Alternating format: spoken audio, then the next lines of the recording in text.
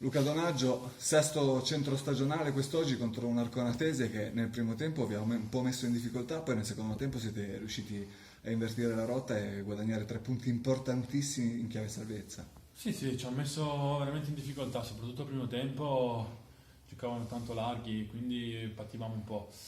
Però siamo usciti noi, il secondo tempo questo campo ci dà una forza incredibile, siamo riusciti a trovare l'1-0 su un calcio di rigore e ci ha dato ancora più stimolo per trovare il 2-0. Hai una dedica per il gol. La dedica io la faccio sempre a mio papà e adesso anche a mio nonno, che sono mancati e tutte a loro i gol che faccio.